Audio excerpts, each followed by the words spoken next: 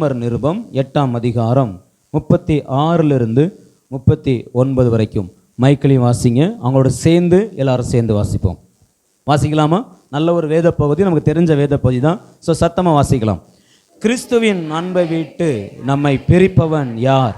உபத்திரவமோ, வியாகுலமோ, துன்பமோ, பசியோ, நிர்வாணமோ, நாச மோசமோ, பட்டயமோ, இவை எல்லாவற்றிலேயும் நாம் நம்மில் அன்பு கூறுகிறவராலே முற்றிலும் ஜெயம் கொள்ளுகிறவர்களாய் இருக்கிறோமே.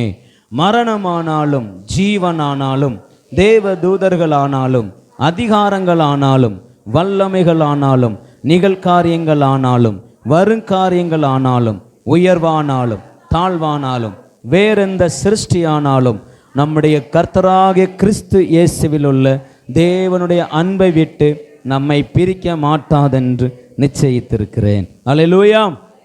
அப்படி உட்கார்ந்து கொள்வோம்.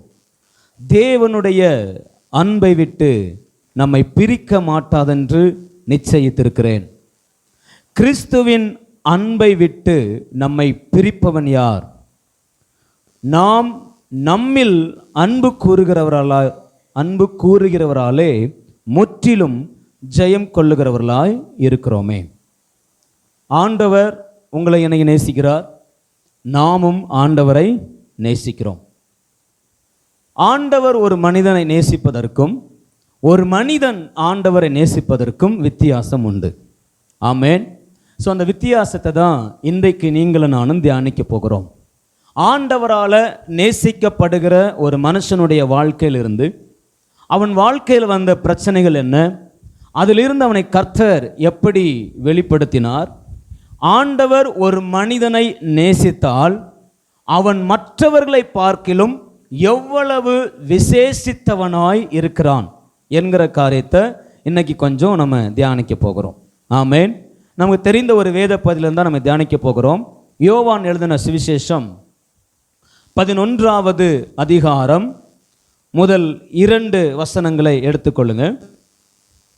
யோவான் எழுதின சுவிசேஷம் 11ஆம் அதிகாரம் முதல் 2 வசனங்கள் வாசிங்க பார்க்கலாம். ஆகிய மார்த்தாலும் இருந்த பெத்தானியா கிராமத்தில் உள்ளவனாகிய லாசரு என்னும் ஒருவன் வியாதிப்பட்டிருந்தான். கர்த்தருக்கு பரிமள தைலம் பூசி தன் தலைமயிரால் அவருடைய பாதங்களை துடைத்தவள் அந்த மரியாளே. அவளுடைய சகோதரனாகிய லாசரு வியாதியாயிருந்தான். ஆமென். அந்த ஆண்டவரால் நேசிக்கப்பட்ட ஒரு குடும்பம் யாருன்னா மரியாள், மார்த்தாள், லாசரு. ஸோ இந்த குடும்பத்தை குறித்து தான் இன்னைக்கு நம்ம சில காரியங்களை குறித்து நம்ம பார்க்க போகிறோம். முதல் வசனம், மரியாளும் அவள் சகோதரியாகிய மார்த்தாளும் இருந்த பெத்தானியா கிராமத்தில் உள்ளவனாகிய லாசரு என்னும் ஒருவன் வியாதிப்பட்டிருந்தான். இங்க ஒரு ஊர் பெயர் சொல்லப்பட்டிருக்கு. என்ன பேரு? சத்தமா சொல்லுங்க. பெத்தானியா. பெத்தானியா என்றால் பல அர்த்தங்கள் உண்டு. அதுல ஒரு அர்த்தம் என்னன்னா துன்பத்தின் வீடு அப்படின்னு அர்த்தம். பெத்தானியா என்றால் துன்பத்தின் வீடு, இல்லைன்னா வேதனையின் வீடு, இன்னும் சொல்லணும்னா கண்ணீரின் வீடு. பெத்தானியா என்பது முழுவதுமாய் வேதனையில, கண்ணீரில, துன்பத்துல நிறைந்திருந்த ஒரு அனுபவமாய் இருக்கிறது. இது எப்படிப்பட்ட அனுபவம் அப்படின்னா சாதாரணமான துன்பமோ சாதாரணமான ஒரு வேதனையான அனுபவம் அல்ல. ஒரு ஏரோப்ளேன் மேலே பறந்துட்டு இருக்கு, நல்ல வேகமா அது ஸ்டார்ட் பண்ணும்போது எந்த பிரச்சனை இல்லை, அது டேக்கப் ஆகும்போதும் எந்த பிரச்சனை இல்லை, அது மேலே பாதி தூரம் பறக்கிறது வரைக்கும் எந்த பிரச்சனை இல்லை. ஆனா அது காற்றுல இன்னும் வேகமாய் அது போய்கொண்டிருக்கிற நேரத்தில் அதனுடைய செயல்பாட்டை இழந்து என்ன செய்வதென்றே தெரியாத நிலையில உள்ள இருக்கிற அத்தனை பேரும் கலங்கி கொண்டிருக்கிற சூழ்நிலை இருக்குல்ல, அந்த சூழ்நிலையின் தன்மை தான் பெத்தானியா. யோசித்து பாருங்க. வானத்துல மேல பறந்துட்டு இருக்கிறாங்க, கீழே இல்லை, ஒரு மேலான அனுபவம் தான், உயரமான ஒரு சூழ்நிலை தான். அந்த உயரமான சூழ்நிலை போய்கொண்டிருக்கும் போது திடீர்னு ஒரு ஆபத்து.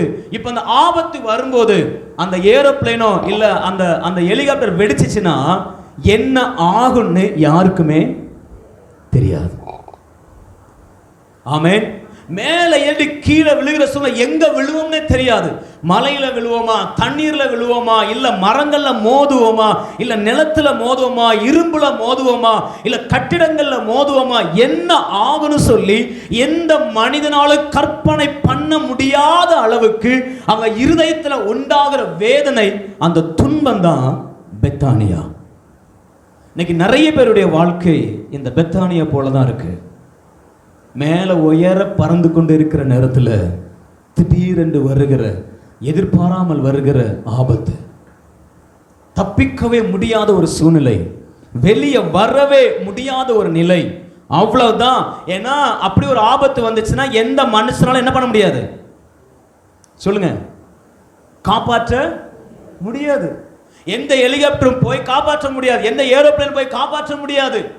அவங்க ஆபத்து வந்துச்சுன்னா அந்த ஆபத்தை அவங்க சகிச்சுதான் ஆகணும், ஆபத்துல மாட்டி தான் ஆகணும். அந்த ஆபத்து என்ன தன்மையை கொடுக்குதோ, என்ன விளைவை கொடுக்குதோ, அதை அவங்க பெற்றுதான் ஆகணும். வேற வழியே இல்லை. அந்த ஆபத்திலிருந்து அவர்களால வெளியே வர முடியாத நிலை, எந்த மனிதனாலும் உதவி செய்ய முடியாத நிலை, அப்படிப்பட்ட சூழ்நிலை தான் இந்த பெத்தானியாவின் அனுபவம். இன்னைக்கு நம்முடைய வாழ்க்கையிலையும் அநேக வெளியே வர முடியாத, யாராலும் உதவி செய்ய முடியாத, எதையும் பெற்றுக்கொள்ள முடியாத நிலையில, காப்பாற்ற முடியாத நிலைமையில நம்ம இருப்போம்னா, நான் வெளியே வரணும் அப்படின்னு நீங்க நினைக்கிறீங்கன்னா, இன்னைக்கு கர்த்தர் நிச்சயமா உங்களோடு பேச போகிறார். எத்தனை பேர் ஆமென் சொல்றீங்க? அல்லேலூயா. இன்னைக்கு நான் சொல்றேன், இந்த வசனத்தை நீங்க விசுவாசித்தால் தேவ மகிமையை காண்பீர்கள். பக்கத்தில் பார்த்து சொல்லுங்க, இன்னைக்கு கேட்கிற சத்தியத்தை விசுவாசிச்சா தேவ மகிமைய காண்பீர்கள். எத்தனை பேர் ஆமென் சொல்றீங்க? அல்லேலூயா. ஏன்னா ஆண்டவர் தெளிவாய் என்னோட பேசின வார்த்தை, அதனால ஷுவரா சொல்ல முடியும். நீங்க விசுவாசிச்சீங்கன்னா நிச்சயமா இதன் பலனை என்ன செய்வீங்க, பார்ப்பீங்க. இதுல எந்த வித மாற்றமோ இல்லை. ஆமென். சரி, இந்த பெத்தானியாவில் இந்த லாசருவின் குடும்பம் எப்படிப்பட்ட பிரச்சனைகளை சந்திச்சது, சில காரியங்களை சொல்லி அதுல இருந்து சில அர்த்தங்களை உங்களுக்கு சொல்ல விரும்புகிறேன். ஃபர்ஸ்ட் ஒன், இந்த லாசருவின் குடும்பம் வெளியே வர முடியாத அளவுக்கு அனுபவிச்ச முதல் பிரச்சனை என்ன அப்படின்னா, வியாதிப்பட்ட நிலை. 11:1 பார்க்கிறோம். லாசரு என்னும் ஒருவன் எப்படி இருந்தான் சொல்லுங்க, வியாதிப்பட்டவனா இருந்தான். வியாதி என்பது பலனற்ற அனுபவத்தை அடையாளப்படுத்தும். அவங்க வாழ்க்கையில எல்லா விதங்களிலும் பலன் இழந்த நிலை, அவங்க மனதளவுல, சரீரத்துல, இருதய அளவுல, செயல்பாடுகள்ல, மனிதர்களோடு கூட உறவாடுறதுல, நிறைய காரியங்கள்ல அவங்க பலனை இழந்து போனார்கள். எப்படி பலனை இழந்து போனாங்கன்னா, எந்த மனிதனும் அவர்களை பலப்படுத்த முடியாத அளவுக்கு, யாரு போய் உற்சாகப்படுத்தினாலும், யாரு போய் அவங்கள பலப்படுத்தினாலும், கவலைப்படாதீங்க பிரதர், கவலைப்படாதீங்க சிஸ்டர், சந்தோஷமா இருங்க, ஆண்டவர் உங்களை நேசிக்கிறாரு, ஆண்டவர் உங்களை தூக்கி விடுவார்னு சொல்லி எவ்வளவு உற்சாகமான வார்த்தைகளை பேசினாலும் அவங்களால என்ன அடைய முடியல.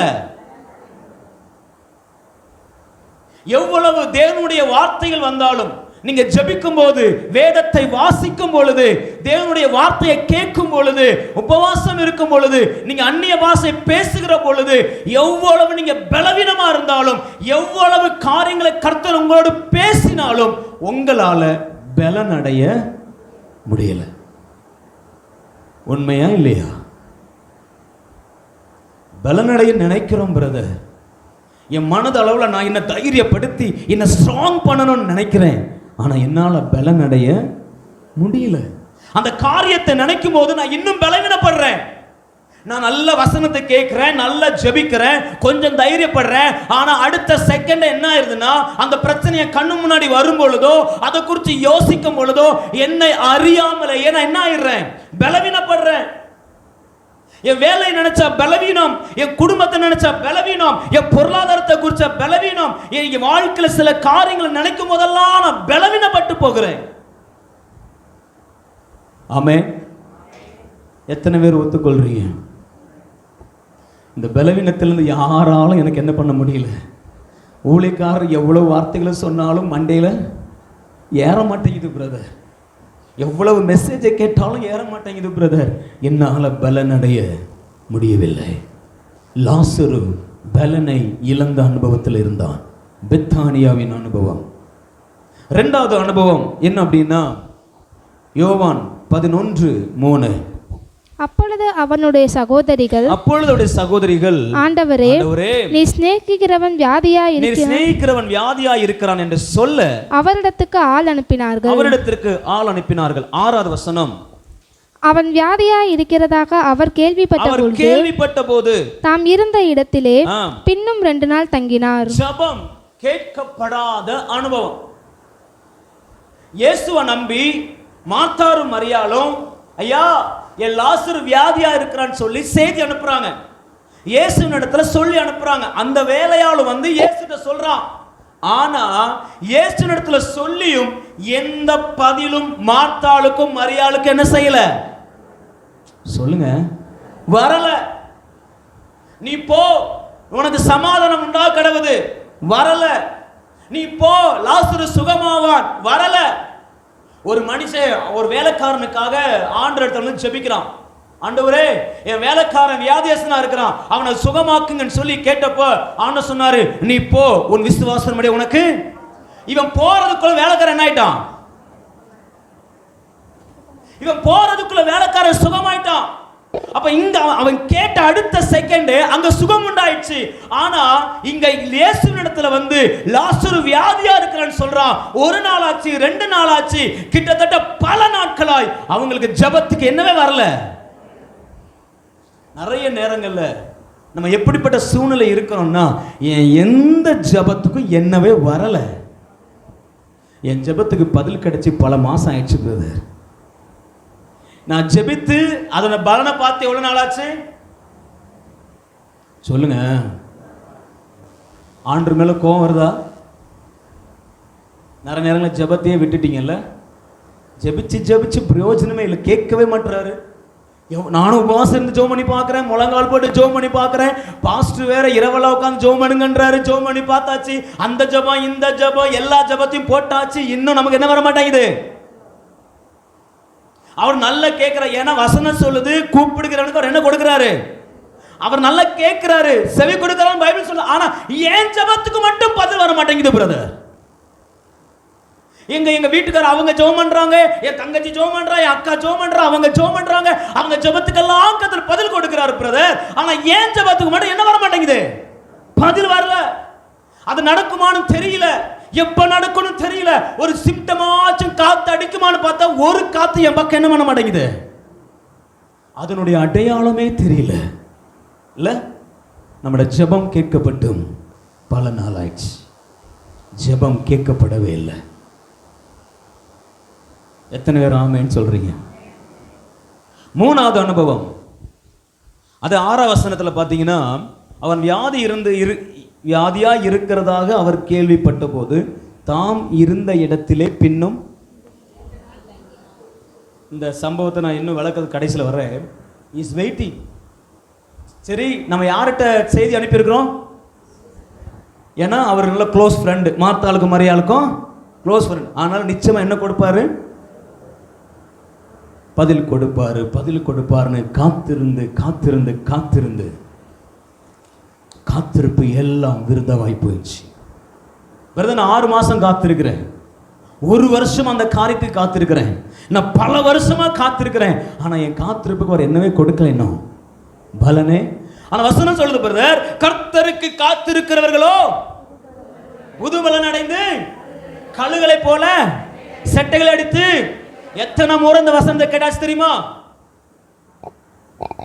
எப்பெல்லாம் நான் காத்திருக்கிறத குறிச்சு சோர்ந்து போறேனோ, எப்பெல்லாம் நான் காத்திருப்ப குறிச்சு நான் ரொம்ப ஐயோ ஆண்டவரே நீடித்த நாட்களாய் காத்திருக்கிறேன் யோசிக்கும் போதெல்லாம், நீண்ட நாள் காத்திருத்தல் இருதயத்தை என்னை இலக்க பண்ணுவதே தவிர ஜீவ வெளிச்சம் என்ன செய்ய மாட்டேங்குது. நான் காத்திருந்து இழைத்து போறேன். என் வாக்கு தத்தத்துக்காய் காத்திருக்கிறேன், என் வேலைக்காய் காத்திருக்கிறேன், என் ஆசீர்வாதத்துக்காய் காத்திருக்கிறேன். இனி காத்திருந்து எந்த பிரயோஜனம் இல்லைங்கிற லெவலுக்கு நான் என்ன பண்ணிட்டேன்? வந்துட்டேன். ஏன்னா இதுக்கு மேல காத்திருக்க முடியாது. இதுக்கு மேல காத்திருந்து எந்த பிரயோஜனமும் இல்லை. இல்ல இவங்க லாசரும் லாசருவுக்காக மரியாளும் மார்த்தாளும் இயேசு இடத்துல ஆள் அனுப்பி காத்திருந்து காத்திருந்து அந்த காத்திருப்பு செத்தே போச்சு.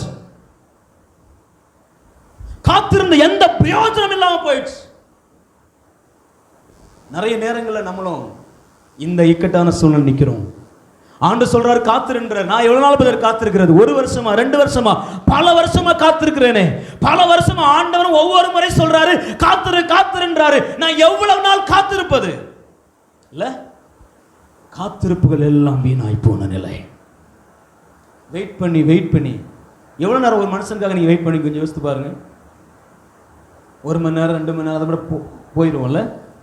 அதே மாதிரி ஆண்டவருக்காக பல வருஷம் காத்திருந்தாச்சு. என்ன வரல, என்ன வரல, ஒன்றும் வரல. அதனால வேணாம் பிரதர், என் வாழ்க்கை நானே இதோ வரணும் போறணும் அப்படி வாழ்ந்துக்கிறேன் போதும். அந்த நிலைமைக்கு நிறைய பேர் வந்துட்டோம். இன்னைக்கு ஆண்டவர் அதை மாற்ற விரும்புகிறார். அடுத்தது பார்த்தீங்கன்னா மரித்து போன நிலை.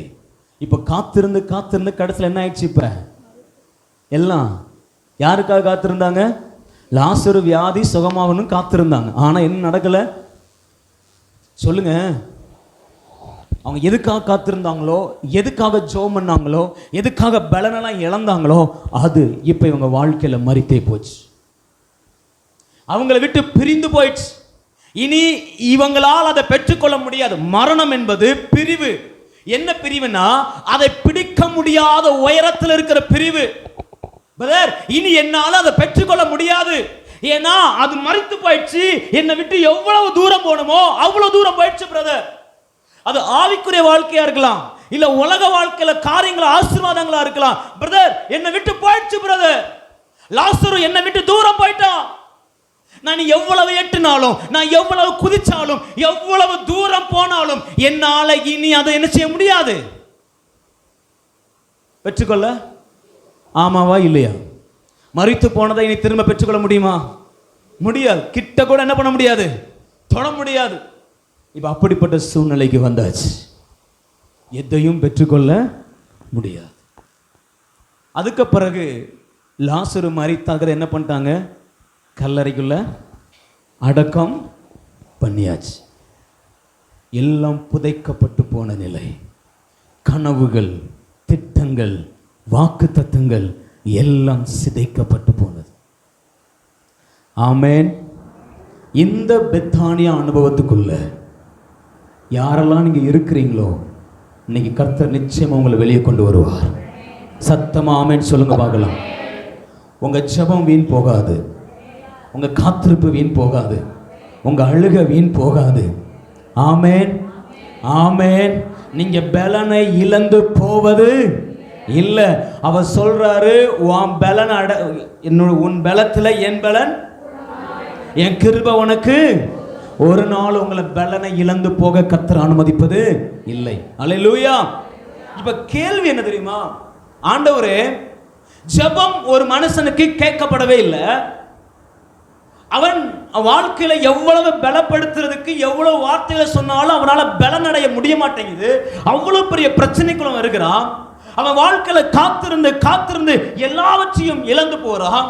அவன் மரித்து போன நிலைமையில எல்லாம் அவனுக்கு எட்டாத உயரத்தில் இருக்கு, எல்லாமே தூரத்தில் இருக்கு. அவனால இதை பெற்றுக்கொள்ளவே முடியாத சூழ்நிலை.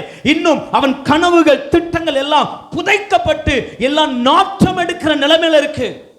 அவமானம் அடைந்து போகிற நிலைமையில இருக்கு.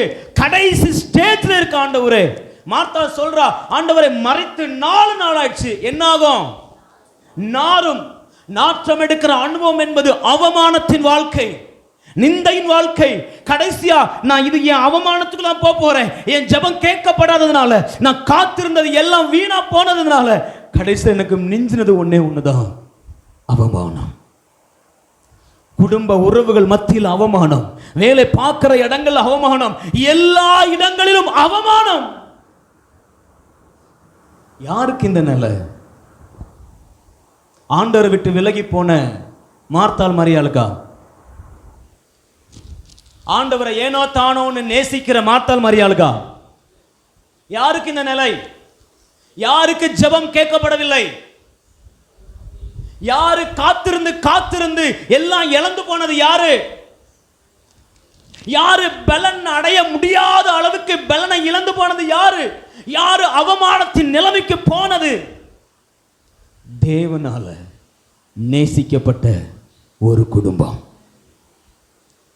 இந்த குடும்பம் யாருக்கு இந்த நிலைமை அப்படின்னு வாசித்து பார்த்தீங்கன்னா 1:1 வாசிங்க பார்க்கலாம். மரியாளும் அவன் சகோதரியாகிய மார்த்தாலும் இருந்த பெத்தானியா கிராமத்தில் உள்ளவனாகிய லாசரு என்னும் ஒருவன் வியாதிப்பட்டிருந்தான். ஆமென். நான் என்ன ஒரு காரியத்தை சொல்றது போற, நல்ல கவனிங்க. இப்போ லாசரு எப்படி இருக்கிறான்? வியாதிப்பட்டு இருக்கிறான். அவன் வாழ்க்கையில பெத்தானியாவின் அனுபவம் நிறைஞ்சிருக்குது. ஜெபம் கேட்கப்படலை. அவன் வாழ்க்கையில காத்திருந்து சோர்ந்து போறான். இவ்வளவு சூழ்நிலைகள் மத்தியில இருக்கிறாங்க. அப்படி இருக்கிற நேரத்தில் வசனம் சொல்லுது, அவன் வியாதியாய் இருப்பதாக 6 வசனத்துல அவர் கேள்விப்பட்டு தாம் இருந்த இடத்திலே பின்னும் 2 நாள் லாசரு வியாதியா இருக்கிறான். ஆண்டவரே, நீர் நேசிக்கிற லாசரு வியாதியா இருக்கிறான். உடனே வாங்கன்னு செய்தி வருது. ஆண்டவர் சொல்றாரு, இன்னும் 2 நாள் நான் இருக்கிற இடத்துல தான் இருக்க போறேன். நான் வரல. லாசருவை சுகமாக்க நான் வரல. யாரை சுகமாக்க சொல்லுங்க? லாசருன்னு என்ன அர்த்தம் தெரியுமா? தேவன் ஆதரவா இருக்கிறார், தேவன் உதவி செய்கிறார் என்று அர்த்தம். தேவன் ஆதரவா இருக்கிறார், தேவன் உதவி செய்கிறார். இதுதான் லாசரு. இப்ப லாசருடைய வாழ்க்கையில பெத்தானியாவின் பிரச்சனை. அவன் அவமானத்தினுடைய விளிம்புல நிக்கிறான். இன்னும் கொஞ்சம் நான் முடிய போது சீனு. அவன் வாழ்க்கையில எல்லாமே முடிந்து போகிற நிலைமையில இருக்கிறான். மார்த்தாலும் மரியாளும் போன் பண்ணி ஆள் அனுப்புறாங்க. ஐயா, நீர் நேசிக்கிற லாசரு வியாதியா இருக்கிறாயா, மரணத்துக்கு எதுவா இருக்கிறாயா, நீங்க வாங்கன்னு சொல்லி இயேசு இடத்துல ஆள் அனுப்பி விட்டா. இயேசு சொல்றாரு, அப்பொழுது எப்ப அந்த வார்த்தையை கேட்டாரோ அப்பொழுது சொல்றாரு, அவன் செத்தா சாவட்டும், நான் இன்னும் 2 நாள் இங்கதான் இருப்பேன். உதவி செய்ய வேண்டிய இயேசு என்ன செய்யல? சொல்லுங்க, செய்யல. அந்த வசனம் அழகா இருக்கும் பாருங்க. அவன் வியாதியாய் இருக்கிறதாக என்னப்பட்ட போது, அது வரைக்கும் அவருடைய திட்டம் என்னவா இருந்துச்சோ தெரியாது. அது வரைக்கும் ஒருவேளை சரி வாங்கப்பா பெத்தானியாவுக்கு போலாம், என்ன பிளானே தெரியாது. ஆனா அவன் வியாதியாய் இருக்கிறான்னு கேள்விப்பட்ட உடனே, நில்லு, இன்னும் 2 நாள் எங்க இருக்கணும்? அவர் 2 நாள் வெயிட் பண்ணார். அவர் உதவி செய்ய வரல. மார்த்தாளுக்கும் மரியாளுக்கும் இயேசு உதவி செய்ய வரல. லாசருக்கு உதவி செய்ய வரல. இங்க மரண பயத்துல உட்கார்ந்துட்டு இருக்கிறாங்க. லாசருக்கு என்ன ஆகுமோ அவ்வளவுதானங்கிற முடிவுல உட்கார்ந்துட்டு இருக்கிறாங்க. இயேசு வந்துட மாட்டார் வெயிட் பண்ணிட்டு இருக்கிறாங்க. ஜெபித்து கொண்டிருக்கிறாங்க, காத்திருக்கிறாங்க, பலனை இழந்து போய் நிற்கிறாங்க. எல்லாரும் இயேசு நேசிச்சாரு, இயேசு நேசிச்ச குடும்பத்துக்கு இந்த பிரச்சனைன்னு சொல்லி எல்லாரும் இந்த குடும்பத்தை அவமானமா பார்த்துட்டு இருக்கிறாங்க. அப்படிப்பட்ட சூழ்நிலையில இயேசு வருவார்னு காத்திருந்து இயேசு வரவே இல்லை. உதவி செய்ய ஹலோ வேணும்னே வரல. எப்படி வரல சொல்லுங்க? சில நேரங்களில் உங்க வாழ்க்கையில இந்த பெத்தானியாவின் அனுபவம் இருக்குன்னா ஆண்டவர் வேணும்னே உட்கார்ந்துருக்கிறார்னு நினைச்சுக்கோங்க. வேண்டுமென்றே இஸ் வெயிட்டிங். வேண்டுமென்றே அவர் போகாமல் இருந்தார். நமக்கு எப்படி இருக்கும் சொல்லுங்க? வேண்டுமென்றே இயேசு உங்க வாழ்க்கையில ஜெபத்துக்கு பதில் கொடுக்க மாட்டார் அப்படின்னு இப்போ உங்களுக்கு சொல்றேன். நீங்க என்ன நினைப்பீங்க? என் பிரதர், அப்ப நாங்க ஜெபம் பண்றதெல்லாம் வேஸ்டா? அப்ப நாங்க காத்திருந்ததெல்லாம்? அவர் வேண்டுமென்றே வரலன்னா நாங்க எதுக்கு பதில் ஜெபிக்கணும்? அவர் எதுக்கு எங்களை நேசிக்கணும்? எதுக்கு அவர் எங்க தெரிந்து கொள்ளணும்? எதுக்கு நான் சபைக்கு வரணும்? எதுக்கு நான் அவர் ஆராதிக்கணும்? அவர் வேண்டும் அப்படி உட்கார்ந்துட்டு இருந்தாருன்னா நான் ஜெபிக்க வேண்டிய அவசியமே இல்லையே. நிறைய காரியங்களை கர்த்தர் வேண்டும் என்றே அமைதியா தான் இருக்கிறாரு. ஆண்டவர் அமைதியா இருக்கிறாரு பிரதர். அவர் ஒண்ணுமே பேச மாட்டாரு. என்ன செய்யறாரு புரிய மாட்டேங்குது. புரியாது. ஏன்னா அவர் ஒண்ணுமே செய்யல. பக்கத்தில் பார்த்து சொல்லுங்க, சில நேரத்தில் ஒண்ணுமே செய்ய மாட்டார், அமைதி தான் இருப்பார். ஆமேன், ஆமேன்.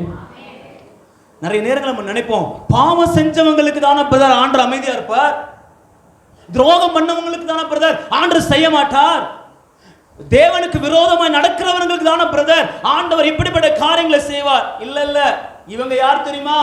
ஆண்டவருக்கு விரோதமாய் பாவம் பண்ண ஆள் கிடையாது, ஆண்டவருக்கு விரோதமாய் துரோகம் பண்ணவங்க அல்ல, ஆண்டவருக்கு விரோதமாய் எல்லா காரியங்களையும் தீமைகளை செஞ்சவங்க கிடையாது. இந்த குடும்பம் எல்லாரையும் விட கர்த்தரை அதிகமாய் நேசித்த ஒரு குடும்பம். வேதாகமத்திலேயே புதிய ஏற்பாட்டிலேயே இயேசுவை அதிகமாய் நேசித்த ஒரே குடும்பம் மார்த்தாள், மரியாள், லாசர் குடும்பம். சொந்த குடும்பம் கூட இயேசுவை நம்பல. கூட பிறந்த சகோதரன் கூட, நீ பெருமைக்கு தானே ஊழியம் பண்ற, நீ பெருமைக்காக தானே வேலை செய்யற, போ தேவாலயத்துக்கு போன்னு சொல்லி அவரை அசட்டை பண்ணின கூட்டம். அவர் உயிர் தெழுந்த அப்புறம் தான் அவரை நம்பினாங்க, உயிர் தெழுந்ததுக்கு அப்புறம் தான் இயேசுவை விசுவாசிச்சாங்க. அதுவரைக்கும் சொந்த குடும்பமே இயேசுவை விசுவாசிக்கல, யூதர்கள் நம்பல. ஏன்? சீசர்கள் கூட முழுமையான விசுவாசத்துல இயேசுவோடு கூட இல்ல. ஆனா இயேசுவை அதிகமாய் நேசித்த ஒரே குடும்பம் மரியாள், மார்த்தாள், லாசர். எந்த அளவுக்கு நேசிச்சாங்க தெரியுமா? வாசிங்க,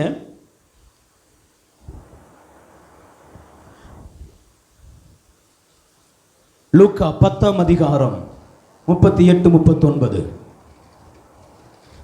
லூக்கா 10:38-39. பின்பு அவர்கள் பிரயாணமாய் போகையில் ஒரு கிராமத்துக்குள் பிரவேசித்தார். அங்கே மார்த்தாள் என்னும் பெயர் கொண்ட ஒரு ஸ்திரீ அவரை தன் வீட்டிலே ஏற்றுக்கொண்டாள். நிறைய வீடுகள் இயேசுவுக்காக அடைக்கப்பட்டது பெத்தானியாவில். ஆனால் ஒரு வீடு இயேசுவுக்கு திறக்கப்பட்டது. யார் வீடு தெரியுமா? மார்த்தாள், மரியாள், லாசர் வீடு.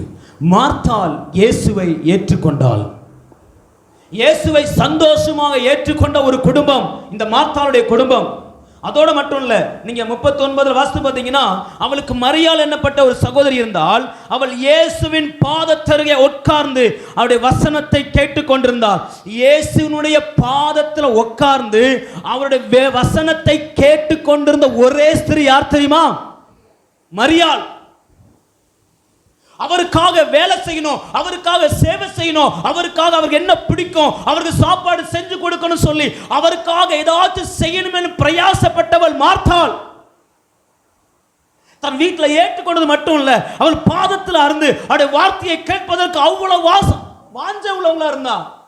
அவருக்கு அவ்வளவு செய்யணும், ஏசப்பாக்கு என்ன பிடிக்கும், என்ன செய்யலான்னு சொல்லி அவருக்கு ஊழியம் செய்வதற்கு வாஞ்சை உள்ளவளாய் மார்த்தாள் இருந்தா. ஆமென், ஆமென். சாதாரணமான குடும்பம் இல்லைங்க, இயேசுவை அளவுக்கு அதிகமாக நேசிச்ச குடும்பம்.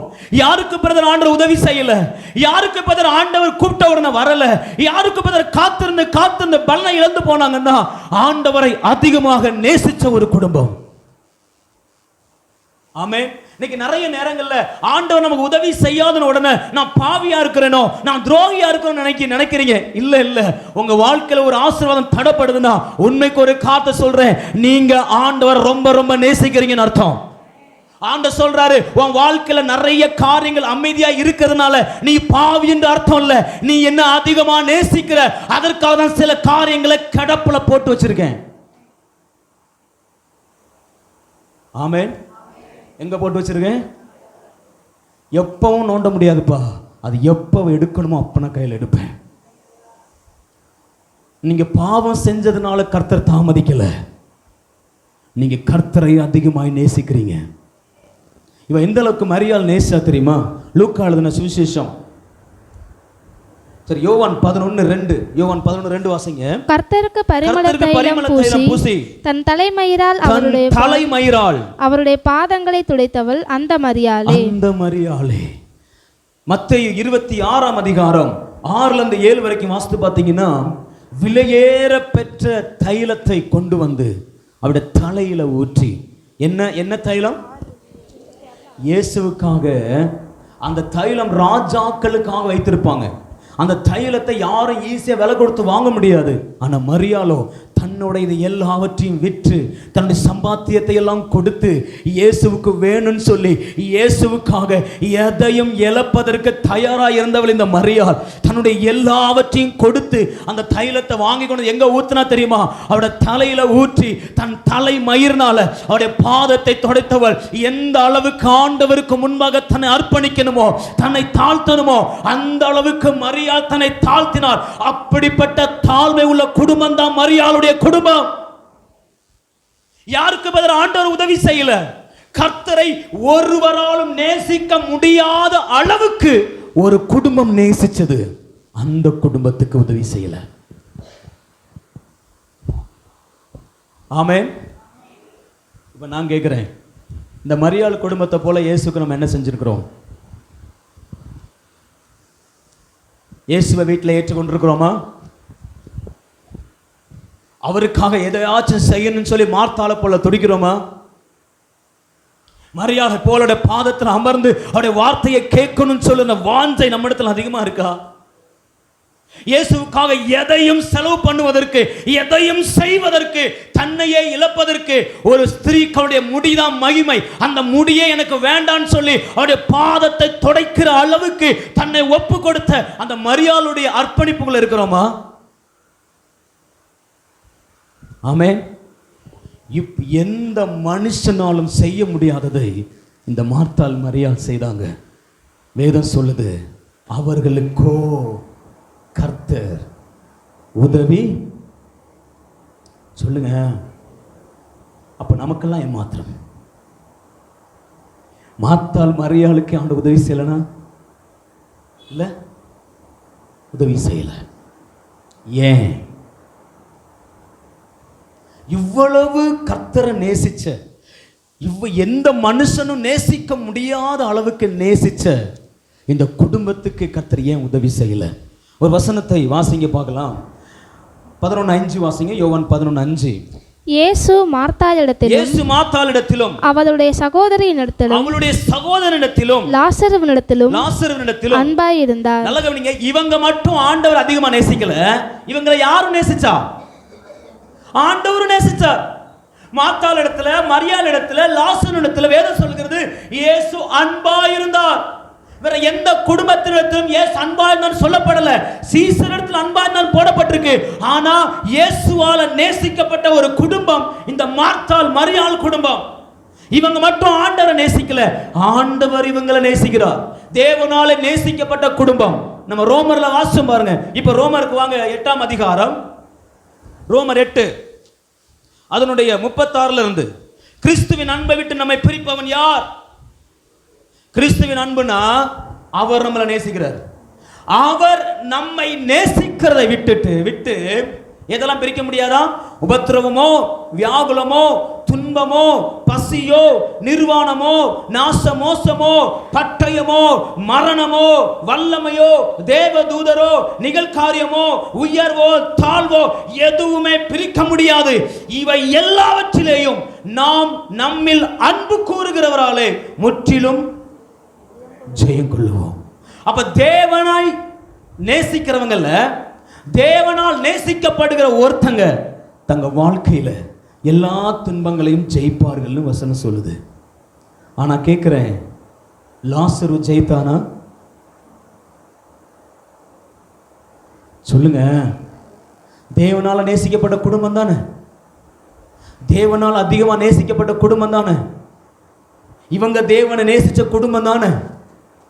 ஏன் இவங்களால ஜெயம் கொள்ள முடியல? ஏன் இவங்களால மரணத்தை ஜெயிக்க முடியல? ஏன் இவங்களால அந்த போராட்டத்தை ஜெயிக்க முடியல? ஏன் நாச மோசத்தை ஜெயிக்க முடியல? பிரதர், இவங்க கர்த்தரை உண்மையான ஆராதிச்சாங்க, இவங்க கர்த்தரை உண்மையான நேசிச்சாங்க. ஏன் இவங்களால ஜெயிக்க முடியல? ஏன் இவங்க தோற்று போனார்கள்?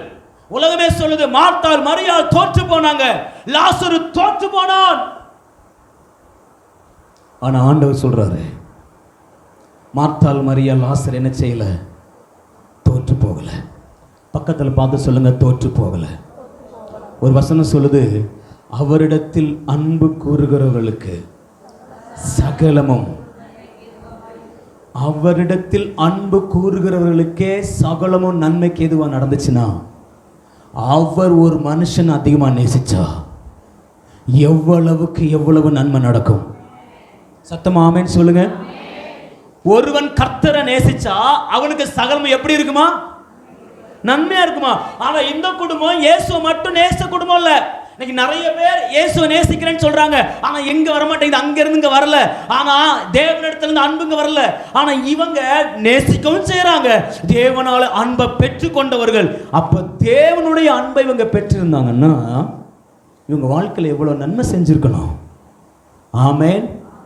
ஆண்டவங்களை கைவிட்டாரா? பெத்தானியா அனுபவத்தில் ஆண்டவங்களை கைவிட்டாரா? சத்தமா சொல்லுங்க. தேவனால நேசிக்கப்படுகிற ஒரு குடும்பத்துக்காக கர்த்தர் வெயிட் பண்ணுவார், ஆனா கைவிட மாட்டார். தேவன் காத்திருப்பார், ஆனா ஒரு நாளும் தூரம் தள்ளிட மாட்டார். ஒரு நாள் உங்களை வெறுத்து ஒதுக்கிட மாட்டார். ஏன்னா அவருக்கு தெரியும் என் பிள்ளைக்கு எப்ப எந்த காரியத்தை. ஆமென். இப்ப இந்த லாசரு குடும்பத்துக்காக கர்த்தர் செய்தது என்ன? ஒரு வசனத்தை நம்ம எல்லாம் சேர்ந்து வாசிக்கலாம். நல்ல கவனிங்க, ஒரு காரியத்தை தெளிவா சொல்றேன். ஆண்டவர் ஏன் இந்த குடும்பத்துக்கு நன்மை செய்யவில்லை? ஒன்று, தான் நேசிக்கிற பிள்ளைகளுக்கு சாதாரண மனிதனுக்கு செய்வது போல கர்த்தர் செய்ய விரும்பவில்லை. ஏன் ஆண்டவரை நேசிக்கிறவங்களுக்கு கர்த்தர் உதவி செய்யல? ஏன் ஜெபம் கேட்கப்படல? ஏன் காத்திருந்து சில நேரங்களில் எல்லாம் பறிபோகுது அப்படின்னா, நல்ல கவனிங்க. ஆண்டவர் சில நேரங்களில் உங்களுக்கு உதவி செய்யாமல் இருப்பது, உங்களுக்கு அற்புதம் செய்யாமல் இருப்பது, சாதாரணமான மனிதர்களுக்கு செய்வது போன்று, சாதாரண காரியத்தை போன்று கர்த்தர் உங்களுக்கு செய்ய விரும்பல. பக்கத்துல பார்த்து சொல்லுங்க, சாதாரண மனுஷனா உங்களை பார்க்கல, உங்களுக்கு செய்யவும் விரும்பல. ஏன்னா அவர் உங்களை நேசிக்கிறாரு. ஆமென், ஆமென். இரண்டாவது, ஏன் ஆண்டவர் உதவி செய்ய விரும்பல பிரதர்? ஏன் ஆண்டவர் வெயிட் பண்ணார் பிரதர்? ஏன் ஜெபத்தை கேட்க மாட்டார் பிரதர்னா, நல்ல கவனிங்க. மரியாளும் மார்த்தாளும் ஆண்டவருக்கு கொடுத்த விலை ரொம்ப பெருசு. அந்த விலையை விட பல மடங்கு கர்த்தர் திருப்பி கொடுக்க நினைச்சார். உங்க அர்ப்பணிப்பை விட அவர் உங்களுக்கு கொடுக்கிற காரியம் பெரியதா இருக்கணும் நினைக்கிறதுனால தான் அவர் சில நேரங்களில் கம்முன்னு இருக்கிறார். ஹலோ, மரியாள் விலையேறப்பட்ட நலதம் என்னும் தைலத்தை வெள்ள பரணில கொண்டு வந்து அவர் தலையில் என்ன பண்ணாலாம்? கேட்கிறான், இம்மா இவ்வளவு பெரிய காசு, இவ்வளவு பெரிய அமௌண்ட் உள்ளது, இதை யாராலும் வாங்க முடியாத அளவுக்கு இதுக்கு விலை மதிப்பு இருக்கு, இதை ஈஸியா வேஸ்ட் பண்ணிட்டேன்றான். அப்ப இயேசு சொல்றாரு, இவ வேஸ்ட் பண்ணல, இவ எனக்காகவே வைத்திருந்தாள். அல்லேலூயா. அப்ப இயேசுவுக்காக விலை கிரயம் கொடுக்கிற ஒவ்வொரு மனிதனுடைய வாழ்க்கையில நீங்க கொடுத்த விலை கிரயத்தை விட அதிகமாய் கர்த்தர் செய்ய விரும்புகிறார். எத்தனை பேர் அப்படி பெறணும்னு நினைக்கிறீங்க? சில நம்ம நினைப்போம்ல, நான் ஆண்டவருக்கு இதை செஞ்சேன், ஆண்டவர் இன்னும் எனக்கு ஒண்ணுமே. இப்படி நினைக்காதவங்க மட்டும் கையை தூக்குங்க. சின்ன விஷயம் செஞ்சா கூட நம்ம கர்த்தத்துல என்ன பண்ணுவோம் சொல்லுங்க. இன்னைக்கு நாளைக்கு அதிகாலை ஜெபம், நான் ஆண்டவரே இன்னைக்கு அதிகாலை ஜெபத்துக்கு போறேன்னு சொல்லிட்டு வந்துட்டு வீட்டுக்கு போனீங்க. வீட்டுக்கு போயிட்டு ஏதோ நம்ம வரும்போதெல்லாம் ஏதோ மைண்ட்ல வச்சுட்டு தான் வருவோம். நான் நினைச்சேன் நம்ம அதிகாலை ஜெபம் போனோம்னா நடக்கும்னு, நடக்கவே நடக்காது இல்லை. அநேக நேரங்களில் நம்ம ஒரு சின்ன விஷயம் செஞ்சா கூட, ஒரு ஜெபத்துக்கு வந்தா கூட, பைபிள் வாசிச்சா கூட கர்த்தர் பேசுவாருன்னு நினைச்சேன். ஆனா ஒண்ணுமே. அவரு நீங்க பைபிள் வாசிச்சாலும் சரி, ஜெபித்தாலும் சரி, ஆராதிச்சாலும் சரி, ஊழியம் பண்ணாலும் சரி, அதற்குரிய பலனை திருப்பி கொடுக்காம அவர் விடுவது. ஒரு கலசம் தண்ணி கொடுத்தா கூட அதை திருப்பி கொடுக்காம விடமாட்டேன்னு சொன்னார்னா, விலையேற பெற்ற வெள்ளைக்கல் பரணியை கொண்டு வந்து அவ தலைமையில மரியாள் ஊத்துனால கர்த்தர் சும்மாவா விடுவாரு? ஆமென். நான் சொல்றேன், நீங்க கர்த்தருக்காக செஞ்ச ஒவ்வொன்றும் உங்க வாழ்க்கையில, உங்க பிரச்சனைகள் மத்தியில, குடும்பத்தின் மத்தியில கர்த்தருக்காக நீங்க நின்னுங்க பாருங்க, அதனுடைய பலனை எல்லாம் கர்த்தர் திருப்பி கொடுக்காமல் விடுவது இல்ல. Is waiting. அவர் என் பிள்ளைக்கு அவ செஞ்சதை விட நான் இன்னும் பெருசா செய்யறதுக்காக தான் he is waiting. ஆமென். சத்தமா ஆமென் சொல்லுங்க பாருங்க. ஆமென். இப்ப சொல்லுங்க, உதவி செய்யாமல் இருப்பது சில நேரங்களில் நல்லதா கெட்டதா? நம்ம ஜெபத்துக்கு பதில் கேட்காமல் இருப்பது, நம்ம காத்திருப்புகள் சில நேரத்தில் அப்படியே காத்திருப்பாவே இருப்பது வர மாட்டேங்குது, நல்லது. சில நேரங்களில் நம்முடைய ஜெபத்தை எல்லாம் கிடப்புல போடுவது, இங்கெல்லாம் சவுண்டே கேட்கல எனக்கு. இதுக்கு மேலே கிடப்புல போட்டா தாங்காது பிரதர். எவ்வளவு நாளானாலும் அவர் எடுக்கிறது வரைக்கும் கிடப்புல கிடக்கும்னா அது கிடக்கட்டும். மனுஷன் கையில மட்டும் கொடுக்க கூடாது. ஆமென் சொல்லுங்க பார்க்கலாம். அவர் எடுக்கிற நேரத்தில் எடுத்தார்னா அது வேற மாதிரி இருக்கும். அதனை பார்ப்போம். அடுத்தது பார்த்தீங்கன்னா, ஏன் அவர் உதவி செய்யறதெல்லாம் நீங்க நினைப்பதற்கும் வேண்டுவதற்கும் எதிர்பார்ப்பதற்கும் அதிகமாய் கர்த்தர் செய்ய விரும்புகிறார். எத்தனை பேர் விசுவாசிக்கிறீங்க? அல்லேலூயா. ஏன் ஆண்டு என் ஜெபத்தை கேட்கல பிரதர்? நீங்க நினைக்கிறதே தப்பா நினைச்சிட்டு இருக்கீங்க. எப்படி கேட்பார்? அவர் சொல்ற உனக்கு நினைக்கவே தெரியலன்றார். உன் நினைவுகளை பார்க்கிலும் என் நினைவு ரொம்ப பெருசு. அப்ப என்ன அர்த்தம்னா உனக்கு என்னவே செய்ய தெரியல. உன் ஜெபத்தை பார்க்கல, ஏன் என்ன ரொம்ப பெருசுடா. அப்ப என்ன அர்த்தம்? உங்களுக்கு ஜெபிக்கவே தெரியல. சில நேரங்களில் ஜெபிக்கவும் தெரியாது, ஒன்றும் பண்ண தெரியாது. ஆனா என்ன பண்ணுன்னா கேட்டுட்டு இருக்கிறோம். சின்ன பிள்ளை போல அடம்பிடிச்சிட்டு இருக்கிறோம். எப்படின்னா 20 வயசு பையன் குச்சி முட்டாய்க்கு அடம்பிடிச்ச மாதிரி. நான் சொல்றது புரியுதா? அவர் என்ன சொல்றாருன்னா உனக்கு ஆடி கார் தரேன்றார். ஆனா இந்த பையன் எதுக்கு அழுகுறான்? எனக்கு குச்சி முட்டாய் தந்தாலும் வேணாண்டா விடுறா, இல்லாண்டவர் எனக்கு குச்சி முட்டாய். அவர் சொல்றடா உனக்கு 20 வயசு ஆச்சுடா, நீ எனக்கு ஏன் புள்ளடா, நீ எனக்காக இவ்வளவு செஞ்சிருக்கடா, நான் உனக்கு தர விரும்புறது வேற லெவல்ல இருக்குடா. இருந்த ஆண்டவரே எனக்கு முதல்ல குச்சி முட்டாயை தருவீராக. இயேசுவின் நாமத்தினால தரவே மாட்டார். ஆமென். அவர் உங்க நினைவுகளை விட அவர் உங்களை வச்சிருக்கிறது பெருசு. நீங்க கேட்டு ஒண்ணு தரலன்னா நல்லா அஷ்யூர் பண்ணிக்கோங்க, நான் கேட்டதை விட பெருசா கொடுக்க போறாருன்னு அர்த்தம். ஆமென். இந்த கேட்டது கிடைக்கலன்னு கண்ணை கசக்கிற வேலைலாம் இங்க பக்கத்தில் போக சொல்லுங்க. இந்த வேலையை வச்சுக்கப்படாது. சும்மா தரலன்னு அழப்படாது. தரலன்னா முடி பண்ணிடணும், என் அப்பா வேற மாதிரி கொடுக்க போறாருன்னு. ஆமென் சொல்ல மாட்டீங்களா? ஆமென். அப்ப முதல்ல என்ன சொன்னேன்? சாதாரண மனுஷனுக்கு செய்வது போல அவர் செய்ய மாட்டார், விரும்பல, அதனால உதவி செய்யல. ரெண்டாவது, அவங்க கொடுத்த வேலை அவ்வளவு பெருசு. மாற்றாலும் மரியாளும் ஆண்டருக்கு கொடுத்த வேலை அவ்வளவு பெருசு, கண்ணீர் அவ்வளவு பெருசு.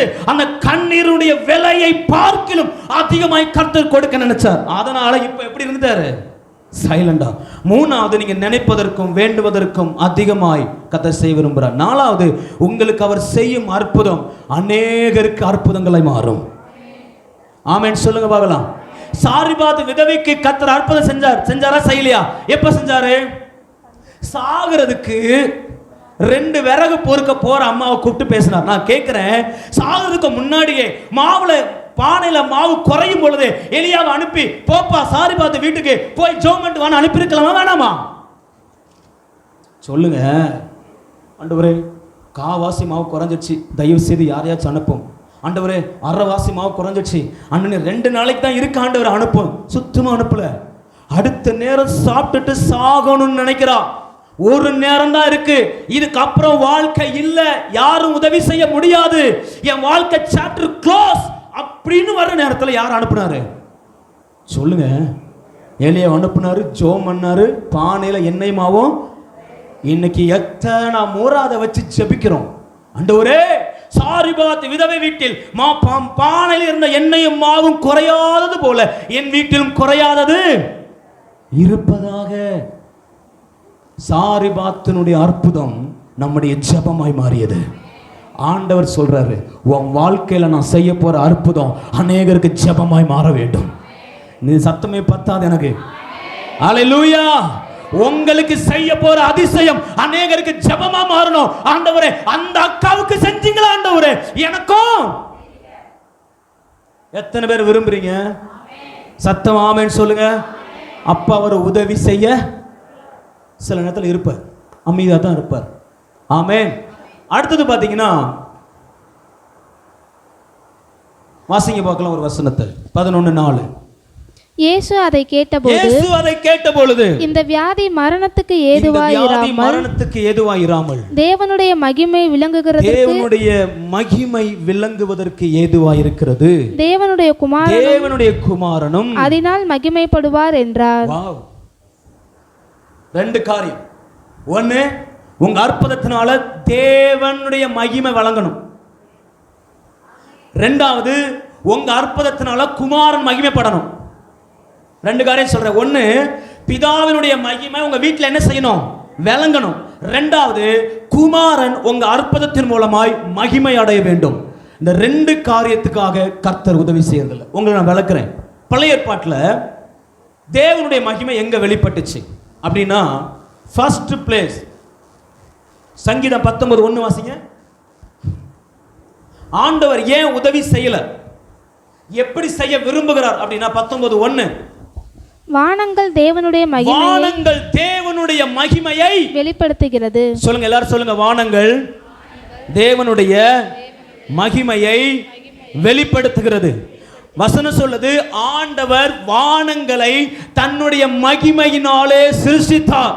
இன்னும் சொல்ல போனா, வானத்தை உருவாக்குவதற்கு, பூமியை உருவாக்குவதற்கு தன்னுடைய மகிமையை பயன்படுத்தினார். எந்த சிருஷ்டிப்பை உருவாக்குவதற்கு தன்னுடைய மகிமையை பயன்படுத்தினாரோ அதே மகிமையை கொண்டு உங்க வாழ்க்கையில கர்த்தர் அற்புதங்களை செய்ய விரும்புகிறார். ஆமென். படைப்புல வெளிப்பட்ட அதே மகிமையை உங்க வாழ்க்கையில நீங்க எதற்காக ஜெபித்தீங்களோ, எதற்காக காத்திருந்தீங்களோ, அந்த காரியத்துல தன்னுடைய சிருஷ்டிப்பின் மகிமையை அனுப்பி கர்த்தர் உருவாக்க விரும்புகிறார். விசுவாசிகள் சத்தம் ஆமென் சொல்லுங்க பார்க்கலாம். ஹல்லேலூயா. எத்தனை பேருக்கு மகிமை வழங்கணும்? வானத்துல வெளிப்பட்ட மகிமை என் வாழ்க்கையில் என்ன செய்யணும்? ஆமென். சிருஷ்டிப்புல வெளிப்பட்ட மகிமை என் வாழ்க்கையில, வானத்தில் என்ன மகிமை வெளிப்பட்டுச்சு? சூரியனை கர்த்தர் மகிமையாய் சிருஷ்டித்தார், சந்திரனை கர்த்தர் மகிமையாய் சிருஷ்டித்தார், கோள்களை கர்த்தர் மகிமையாய் சிருஷ்டித்தார். இன்னைக்கு அவை எல்லாமே உலகத்தில் இருக்கிற எல்லா மனுஷனுக்கும் புரியவும் மாட்டேங்குது, அறியவும் முடியல. மண்டையை போட்டு குழப்பிக்கிறான். ஒரு டிப்பு இங்க இருக்குன்றா, ஒருக்கு அங்க இருக்குன்றா, இது சுத்துதுன்றா, இப்ப சுத்தலன்றா, என்னலாமோ சொல்லிட்டு இருக்கிறான். உங்க வாழ்க்கையில செய்ய போற அற்புதமும் அநேகருடைய மண்டையை பிச்சுக்க போகுது. விசுவாசிக்கிறவங்களுக்கு உண்டாவதாக. ஆமென், ஆமென். ஏன் பதர் உதவி செய்யல? நிறைய பேர் மண்டை என்ன செய்யணும்? பிச்சுக்கிறது மாதிரி செய்யணும். உங்க அற்புதத்தை பார்த்தா அவனுக்கு என்ன செய்யணும்னா, மண்டை கலரணும்பாங்கல்ல, கலரணும். என்ன அவனுக்கு புரியவே, யோசிச்சா கூட மண்டல என்ன செய்யாது. இது எப்படி? அது அப்படித்தான். யாரால? அந்த மகிமை வெளிப்பட வேண்டுமானால் 2 நாள் ஆண்டவர் உட்கார்ந்துதான். ஆமென். அடுத்தது வேகமா போறேன். யாத்திராகமம் 3ஆம் அதிகாரத்தில் முட்செடியில முட்செடி எரியாதபடி அக்கினி இறங்கினது. மோசே தேவ மகிமையை கண்டான். யாத்திராகமம் 3ஆம் அதிகாரம் 1-6 வரைக்கும் பார்த்தீங்கன்னா அங்க தேவனுடைய மகிமை விளங்கினது. எதுல விளங்கிச்சு? சத்தமா சொல்லுங்க. அந்த முட்செடி மேல இறங்கின அக்கினிய அந்த முட்செடி கருகவும் இல்லை, அந்த ஸ்மெல்லு கூட இல்லை. அந்த அளவுக்கு அக்கினி மயமாய் அந்த மகிமை இறங்கினது. ஆண்டவர் சொல்றாரு, என் மகிமையை உன் வாழ்க்கையில, உன் ஜெபத்துல நான் இப்படிதான் வைக்க போறேன். அதுக்காக தான் நான் காத்திருக்கிறேன். ஆமென். முட்செடியில வெளிப்பட்ட மகிமை உங்க ஜெபத்துல வெளிப்பட போகுது. அவர் கொடுக்க போற பதில்ல வெளிப்பட போகுது.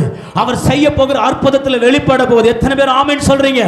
நீங்க எதுக்காக காத்திருக்கீங்களோ அந்த காத்திருப்பின் காரியத்துல கர்த்தர் முட்செடியின் மகிமையை காண்பிக்க விரும்புகிறார்.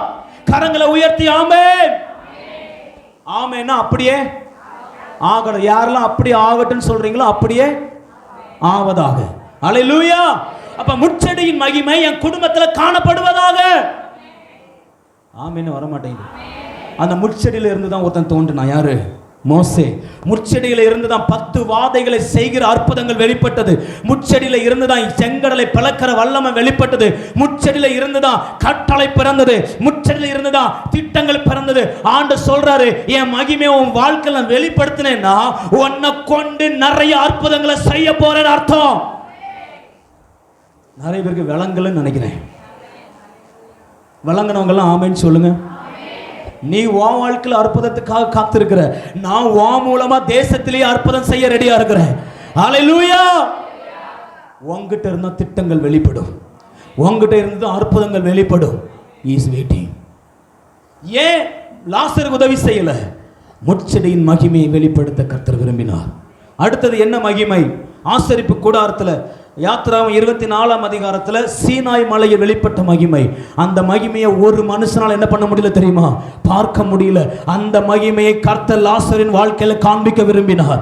ஆமே. இயேசு சொல்றாரு, அந்த மகிமையை பிதா வெளிப்படுத்த சித்தமா இருக்கிறார். அதனால தான் நான் என்ன செஞ்சேன்? உதவி செய்யல. ஆசரிப்பு கூடாரத்தில் யாத்திராவும் 40ஆம் அதிகாரம் 34, 35 ஆசரிப்பு கூடாரத்தில் வெளிப்பட்ட மகிமை. மத்தேயு 17ஆம் அதிகாரம் 1-8 வரைக்கும் வாஸ்து பார்த்தீங்கன்னா மறுரூப மலையில பிதாவானவர் காண்பித்த அந்த மகிமை. ரோமர் 6ஆம் அதிகாரம் 4வது வசனத்தில் வாஸ்து பார்த்தீங்கன்னா உயிர்த்தெழுதலின் மகிமை. அல்லேலூயா. 6:4 மட்டும் வாசிங்க. ரோமர் 6:4. மேலும் பிதாவின் மகிமையினாலே கிறிஸ்து மரித்தோரிலிருந்து எழுந்தது போல நாமும் புதிதான ஜீவன் உள்ளவர்களாய் நடந்து கொள்ளும்படி அவருடைய மரணத்துக்குள்ளாகும் ஞானஸ்நானத்தினாலே கிறிஸ்துவுடனே கூட அடக்கம் பண்ணப்பட்டோம். நல்ல கவனிங்க. இப்ப லாசரு அடக்கம் பண்ணப்பட்டது எதுக்குன்னா கிறிஸ்துவின் உயிர்த்தெழுதலை அவன் முதலாவது அனுபவிக்கும்படி. நீங்க பின்னாடி வாஸ்து பார்த்தீங்கன்னா இந்த சம்பவத்தை வச்சு அந்த வருஷ பிரதான ஆசாரியன் சொல்லுவான், ஒரு மனுஷன் எல்லாருக்காகவும் மரிக்க வேண்டும் என்பது பிரமாணம், அது நிறைவேற போகிறது. அல்லேலூயா. ஏன் ஆண்டவர் உதவி செய்யவில்லை? ஏன் ஆண்டவர் கூப்பிட்டு வரல பிரதர்? ஏன் ஆண்டவர் என்னை காத்திருக்க வச்சார் பிரதர்? ஏன் கடைசி நிலைமைக்கு என்னை கொண்டு வந்தார் பிரதர்? அப்படின்னா பிதாவின் மகிமையை வெளிப்படுத்தும்படி. எத்தனை பேர் ஆமென் சொல்றீங்க? அந்த மகிமை எப்படி வெளிப்பட்டது? அதை மட்டும் சொல்லி ஜெபிக்க போகிறோம். மார்த்தாள் மரியாள் வாழ்க்கையில அந்த மகிமை எப்படி வெளிப்பட்டது? ஆமென். ஆண்டவரை நேசித்த ஆண்டவருக்கு அவ்வளவு விலைக்கரையும் கொடுக்க தயாராக இருந்த அந்த மார்த்தாள் மரியாள் வாழ்க்கையில ஆண்டவர் எப்படிப்பட்ட மகிமையான காரியங்களை செய்ய விரும்பினார்? படைப்பின் சிருஷ்டிப்புல வெளிப்பட்ட மகிமையை காண்பிக்க விரும்பினார். ஆமாவா இல்லையா? முட்செடியின் மேல இறங்கின அந்த மகிமையை காண்பிக்க விரும்பினார். ஆசரிப்பு கூடாரத்தில் இறங்கின அந்த மகிமையை காண்பிக்க விரும்பினார். எந்த மனுஷனும் தொட முடியாத மகிமையை லாசரின் வாழ்க்கையில காண்பிக்க விரும்பினார். அப்படி காண்பிக்க விரும்பின மகிமைக்காகத்தான் அவர் உதவி செய்யாமல் பல நாள் அமைதியா இருந்தார். இது நமக்கு தெரியல. அதனால நம்ம என்ன பண்றோம்? நிறைய நேரங்கள்ல ஏன் ஆண்டவர் செய்யல, ஏன் ஆண்டவர் பண்றாரு, ஏன் மௌனமா இருக்கிறாரு, ஏன் ஒரு அடையாளத்தையும் காட்ட மாட்டாரு? சில நேரங்கள் அடையாளங்களை காட்டாவிட்டால் சந்தோஷப்படுங்க, முச்செடியின் மகிமையை பார்க்க போறோம். நம்ம குடும்பம் எடுத்துக்காட்டாய் மாறப்போகிறது. என் குடும்பம் சாட்சியா நிற்க போகுது. என் புள்ள சாட்சியா நிற்க போகிறான். ஹல்லேலூயா. நீங்க கர்த்தர் மேல வச்ச அன்பை விட அவர் உங்க மேல வச்ச அன்பு மகா பெரியது. அவர் சொல்றாரு, நான் உன்னை தெரிந்து கொண்டேன், நான் உன்னை ஏற்படுத்தினேன், நீங்கள் என்ன செய்யல, தெரிந்து கொள்ளல.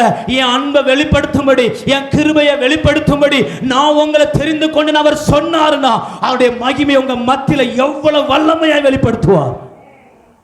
ஆமென்.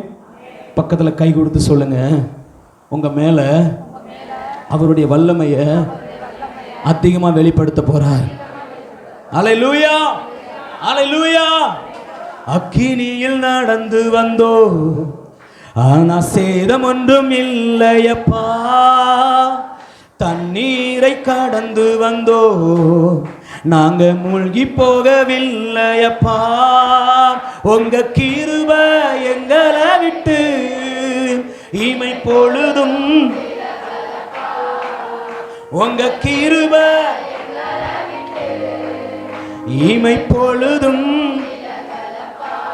ஆமென். ஏதோ சேதமடைவோம், சேதமடைவோம். சத்தமா சொல்லுங்க. ஆமென். லாசரு மரித்த உடனே அநேகர் நிறைய காரியங்களை சொன்னாங்க.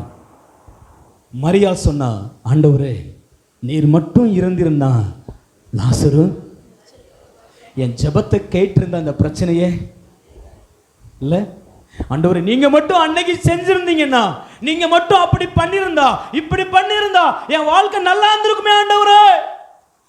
மரியாளை போல என்ன எல்லாம் முடிஞ்சிடுச்சு ஆண்டவரே, இதுக்கு மேல பண்றதுக்கு நீங்க காலம் தாமதமா வர்றீங்க. மரியாள் சொல் மார்த்தாள் மாதிரி என்ன சொல்றாங்க, விசுவாசம் தான் சொல்றாங்க, இன்னைக்கு ஆண்டவரே காலம் தாமதமா வந்துட்டீங்கப்பா, 4 நாள் ஆச்சு. அடுத்து மார்த்தாள் சொன்னா, ஆண்டவரே 4 நாட்கள் ஆகும், இது என்ன செஞ்சிரும், நாரிரும். ஆண்டவரே நாரி போயிடுச்சு ஆண்டவரே, இனி வாய்ப்பே. ஆண்டவர் நேசிக்கிற பிள்ளைகளுக்கு ஒரு நாற்றமும் தொடுவது இல்லை, அவமானங்கள் தொடுவது இல்லை. பக்கத்தில் பார்த்து சொல்ல, உங்களை அவமானம் தொடணும்னா அவரை தொட்டுட்டு தான் வரணும். ஆமென். யூதர்கள் சொன்னாங்க, இவன் மரிச்சு போயிட்டான், இவனால ஒன்றும் இனி எலும்ப அப்படிதான் சொல்லுவீங்க. எப்பா செத்து போயிட்டான்ப்பா, அவ்வளோதான்ப்பா, முடிஞ்சுப்பா, வாங்கப்பா போகலாம், இனி வர மாட்டேன். எல்லாரும் முடிந்தது. அங்க இருக்கிற தோமா, இயேசுனுடைய தோமான்னு ஒருத்தர் இருந்தார்ல, தெரியுமா உங்களுக்கு? நல்லா தெரியும். அந்த தோமா சொன்னார், ஆண்டு சொன்னார், எப்போ வாங்க பெத்தானியாவில் லாசர் மரிச்சிட்டான் உயிரோட. அவன் சொல்றான், வாங்க சேர்ந்து போய் சாவோம். யாரு? ஆமா, அவரும் அடி வாங்க போறாரு, நம்மளும் அடி வாங்கி சாவோன்னு சொல்லி அவன் அவிசுவாசமா பேசுறான். அடுத்தது பார்த்தீங்கன்னா, அடைக்கப்பட்ட கல் இல்லை, பெரிய கல்லை வச்சு அடைச்சிருந்தாங்க. கல் சொல்லும், என்ன மீறி ஒருத்தன் உள்ள போக முடியாது, உள்ள இருக்கிறவன் வெளியவும். கல்லை எல்லாம் தூக்கி போட கர்த்தரால முடியும். உங்க வாழ்க்கையில் எவ்வளவு பெரிய கல் இருந்தாலும் கர்த்தர் நீங்க தூக்கி எறிய போறார். எத்தனை பேர் ஆமென் சொல்றீங்க? ஹல்லேலூயா. அடுத்தது குகை. அது கல்லறைங்கிறத விட அது குகையா இருந்துச்சுன்னு போட்டிருக்கும். குகைன்னா பாதாள மாதிரி இருக்கும். பாதாளம் சொல்லுது, அவனை நான் என்ன பண்ணிட்டேன், விழுங்கிட்டேன், இனி உன்னால விடுதலையாக்க. ஆண்டவரால் நேசிக்கப்படுறதுக்கு பிள்ளைகளுக்கு பாதாளம் எல்லாம் ஒண்ணும் கிடையாது. ஆமென் சொல்லுங்க. உங்களுக்குரியது. தாவீது சொல்றான், நான் பாதாளத்தில் படுக்கை போட்டாலும் அவனுக்கு தெரியுதுங்க, அவர் என்ன நேசிக்கிறதுனால நான் பாதாளத்துக்கே போனாலும் என்ன திருப்பி நினைஞ்சிருவாரு. உங்க வாழ்க்கையில எதுவும் பாதாளத்துக்கு போவது. நிறைய பேர் சொல்லுவாங்க, பிரதர் என் வாழ்க்கை அதல பாதாளத்துக்கு, அது அதல பாதாளம். பாதாளம் கேள்விப்பட்டிருக்கேன், அந்த பாதாளத்துக்கே அதல பாதாளம் ஒன்று பேர் வச்சிருக்காங்க. நீங்க அதல பாதாளம் போன எந்த பாதாளத்துக்கு போனாலும் திருப்பி கொண்டு வர கர்த்தரால. லாசரு லைஃப் எங்கே போயிடுச்சு? பாதாளத்துக்கே போயிடுச்சு. சொல்லுங்க, எங்க போயிடுச்சு? அடுத்தது யாரெல்லாம்? நிறைய பேர் சொன்னாங்க, பிரேத சீலை, அவனை சுத்தி வச்சிருந்த சீலை சொல்லுச்சு, நான் அவனை கட்டி போட்டுட்டேன், இவனை அவிழ்க்க ஒருவனாலும் முடியாது. எது வேணாலும் சொல்லட்டும், யார் வேணாலும் பேசட்டும், ஒரு காரியத்தை தெளிவாக சொல்லவா, நீங்களே விசுவாசிக்கிட்ட கூட அவர் உங்களை நேசிக்கிறபடினால அவர் உங்களுக்காய் செய்ய நினைச்சதை செஞ்சு முடிப்பார். நீங்க விசுவாசம், மறுபடியும் சொல்றேன், நீங்க விசுவாசிக்காட்டா கூட அவர் உங்களை நேசிக்கிறபடினால. மார்த்தாளால நம்ப முடியல, மரியாளால நம்ப முடியல, ஒருத்தனால நம்ப முடியல, கூட இந்த சீசனால நம்ப முடியல. ஆண்டவர் ஒருத்தன் விசுவாசிக்காண்டாண்டா, நான் முடிவு பண்ணிட்டேன் லாசருவை வெளியே கொண்டு வருவதற்கு. நீங்க விசுவாசிக்கிறீங்களோ விசுவாசிக்கலையோ, அவர் உங்களுக்குன்னு செய்ய நினைச்சிட்டா, உங்களை அவர் நேசிக்கிறதுனால அது பாதாளத்துல கடந்தாலும் வெளியே கொண்டு வர வல்லமை உள்ளவர். சத்தமா ஆமென் சொல்லுங்க. ஏன்னா மரியாளால மார்த்தாளால விசுவாசிக்க முடியாது. எப்படி முடியும்? செத்து 4 நாளாச்சு பிரதர், நாரி போச்சு. இனி விசுவாசிப்பதற்கு 1% கூட இல்ல. கர்த்தருக்கு தெரியும், உங்க விசுவாசம் கர்த்தருக்கு தெரியும், எந்த சூழ்நிலை இருக்கிறீங்கன்னு கர்த்தருக்கு தெரியும். அவர் நீ விசுவாசிக்கல, நான் போறேன்னு அவர் போற கர்த்தர் அல்ல. நிறைய நேரங்கள்ல நம்ம சில சூழ்நிலைகளை நம்ம நிற்கும் போது, விசுவாசிக்க முடியாத சூழ்நிலை இருக்கும் பொழுது அவர் கல் நெஞ்சன் அல்ல. நிறைய நேரங்கள் தப்பு பண்றோம். விசுவாசிக்கவே மாட்ட நிக்கிறது வேற, அது தவறு. ஆனா விசுவாசிக்க முடியாத சூழ்நிலை இருந்தா கூட கடல்ல பேதுரு நடக்க ஆரம்பிக்கிறான், சந்தேகப்பட்டுட்டான், கடல் அலைய பார்த்துட்டான், மூழ்க போறான். மூழ்கும் போது கர்த்தர் கையை பிடிச்சிட்டு சொன்னாரு, அற்ப விசுவாசியே, ஏன் சந்தேகப்பட்டான்னு தெரிஞ்சிச்சுல, கடலை விட்டுருக்க வேண்டியதானே? ஹலோ, சந்தேகப்பட்டானா இல்லையா? கடலை விட்டுட்டு போடா, நீ சந்தேகப்பட்டல, உனக்கு இது வேணும் இல்ல, என்னை நம்பி நீ விசுவாச அடி எடுத்து வச்சுட்டல, விழுந்தாலும் நான் உன்னை தூக்கி எடுப்பேன். ஒரு வசனம் சொல்லுது, மீகா 5:8, எனக்கு சத்துருவே எனக்கு விரோதமாய் சந்தோஷப்படாத, நான் விழுந்தாலும். இந்த சத்தம் பத்தாது, சத்தமா சொல்லுங்க, என் சத்துருவே எனக்கு விரோதமா சந்தோஷப்படாத, நான் விழுந்தாலும் எழுந்திருப்பேன். ஆமென். இப்ப ஆண்டவர் மார்த்தாள் மரியாதை நேசிக்கிறபடினால எல்லாரும் சொன்னாங்க இஸ் க்ளோஸ்ட். ஆனா ஆண்டவர் சொன்ன வார்த்தை, எல்லாம் சேர்ந்து வாசிக்கலாம், பார்க்கலாம். 11:43-40 எல்லாரும் எடுத்துக்கொள்ளுங்க. 11:43-44. இவைகளை சொன்ன பின்பு லாசருவே வெளியே வா என்று உரத்த சத்தமிட்டு கூப்பிட்டார். அப்பொழுது மரித்தவன் வெளியே வந்தான்.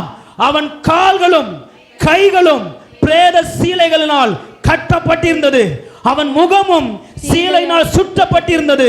இயேசு அவர்களை நோக்கி, இவனை கட்டவிழ்த்து விடுங்க. எல்லாம் உங்க வலது கையை உயர்த்துங்க, எல்லாம் உயர்த்துங்க.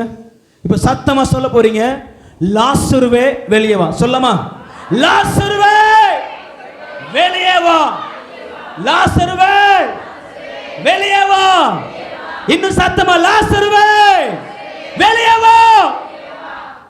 லாசரு வந்துட்டாரு.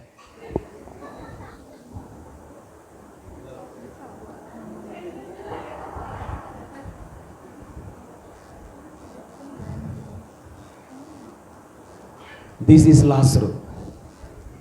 உங்க சத்தத்தை கேட்டு வந்துட்டார். கவனிங்க, ஆண்டு சொன்னாரு, முட்செடியின் மீது இருந்த மகிமையை காண்பிப்பேன் நான் நேசிக்கிற பிள்ளைகளுக்கு. படைப்பின் மகிமையை காண்பிப்பேன். ஆமா, ஆமாவா இல்லையா? ஆசரிப்பு கூடாரத்தில் இந்த மகிமையை காண்பிப்பேன். இப்ப இவனை மறிச்சு அடக்கம் பண்ணி 4 நாள் ஆச்சு. எத்தனை நாள் ஆச்சு? மாத்தாள் என்ன சொன்னா? நாரும். சொல்லுங்க, என்ன செஞ்சோம்? நாரும்னா உள்ள என்ன நடந்திருக்கும்? சத்தமா சொல்லுங்க. எல்லாம் அழுகி போயிருக்கும். என்னதெல்லாம்? எல்லாமே, மூளையிலிருந்து, கண்ணிலிருந்து, இருதயத்திலிருந்து, இரத்த நாளங்கள்ல இருந்து, கால்களில் நரம்புகள் இருந்து எல்லாமே ஒன்று விடாம அழுகி போயிடுச்சு. 4 நாள். லாஸ்ட் டைம் ஒரு 1 இயருக்கு முன்னாடி நாங்கள் அந்த கல்லர் தோட்டத்துக்கு போயிருந்தப்போ அந்த பத ஒரு வாதம் சொன்னார், மரித்து அடக்கமான 2வது நாளிலேயே நாற்றம் எடுத்துரும் பிரதர்னார். எத்தனை நாளில்? Second day. அதனால் எங்களால் திருப்பி கட்டுறதுக்கெல்லாம் முடியாது. ஸோ ஒரு 1 வயசு ஆள் கழிச்சு தான் நாங்கள் அதை பண்ணுவோன்னார். அப்போ என்னென்னா 2 நாளில் எல்லாமே அழுகிறோம். அப்போ 4 நாள் ஆகும்போது இன்னும் ரொம்ப மோசமாக புழுக்கள் வச்சு ரொம்ப அது என்ன சொல்கிறது, அழுகிடுச்சு. அவ்வளோதான், எல்லாமே அழுகிடுச்சு. இப்போ ஆண்டவர் இவன் பாதாளத்தில் இருக்கிறான். எங்கே இருக்கிறான்? குகைக்குள்ள. ஆண்டு சொன்ன எப்படி கூப்பிட்டாரு? சத்தமாக சொல்லுங்க, லாசருவே. அப்படி வரணும்னா என்ன நடக்கணும்? சீலைகள் சுற்றப்பட்டிருக்கு, முகமெல்லாம் சுற்றப்பட்டிருக்கு, கால்கள், நான் கால்களை அவுத்து விட்டுருக்கிறேன். ஆக்சுவலாக 2 காலம் என்ன பண்ணியிருக்கணும்? அப்புறம் உங்கள் முன்னாடி தூக்கிட்டு தான் வரணும். தூக்கிட்டு பயந்துடப்படாது பற்றிலாம். அதனால தான் இப்படி காலை இப்படி கிட்ட வச்சிருக்கிறேன். சீலைகள் சுற்றப்பட்டிருக்கு, கண்ணு தெரியாது. இவன் கிடக்கிறது கிட்டத்தட்ட 6-7 அடி பள்ளத்துக்குள்ள கிடப்பான். அவனால ஏறி என்ன பண்ண முடியாது, மேலே வர முடியாது. முதல்ல குகைக்குள்ள வெளியே வரணும்னா அவனுக்கு என்ன செய்யணும்? கண்ணு தெரியணும். கண்ணு தெரியணும்னா அதுக்கு முன்னாடி லாசருவே வான்னு சொன்னா அவனுக்கு என்ன கேட்கணும்? ஆல்ரெடி காது என்ன ஆயிடுச்சு? அழுகிடுச்சு. என்ன ஆயிடுச்சு? காது கேட்டாலும் அது நேரம் எங்க போகணும்? இருதயத்துக்கு போனோம். இருதயத்துக்கு போனாலும் அடுத்தது எங்க போனோம்? மூளைக்கு போனோம். மூளைக்கு போகணும்னா அடுத்தது கண் என்ன செய்யணும்? திறக்கணும். அப்புறம் கை, நரம்பு, ரத்தம் எல்லாமே வேணும். ஆமென். இப்ப லாசருவேன் வான்னு சொல்ற அடுத்த செகண்ட் அவன் சரீரத்துக்குள்ள இருக்கிற அழுகுனது எல்லாம் உள்ளேயே கிரியேட் பண்ண ஆரம்பிச்சது. உள்ள யாரும் போல, கடவுள் உள்ள போல. இயேசு உள்ள போய் தலையில கை வச்சு ஜெபம் பண்ணல, வயித்துல கை வைக்கல, கால்ல கை வைக்கல. அவர் வெளியே நின்று சத்தம் போட்டார், லாசருவே வெளியே வா. ஒரே ஒரு முறை தான் அந்த ஒரு சத்தம் அவன் காதுகளுக்குள்ள போகும் பொழுது காது ஃப்ரெஷ்ஷா உருவாச்சு. அவன் காதுகளுக்குள்ள போன அடுத்த செகண்ட் இருதயம் உருவாக ஆரம்பிச்சிச்சு. உருவாகத்திலிருந்து நேர மூளைக்கு போகுது. மூளை உருவாகுது, நரம்புகள் உருவாகுது, ரத்த நாளங்கள் உருவாகுது. உள்ள இருக்கிறது எல்லாம் புதுசா நியூ கிரியேஷனா கர்த்தர் பிதாவின் தன்னுடைய மகிமையை லாசரு மேல வெளிப்படுத்த ஆரம்பிச்சார். ஆமென்.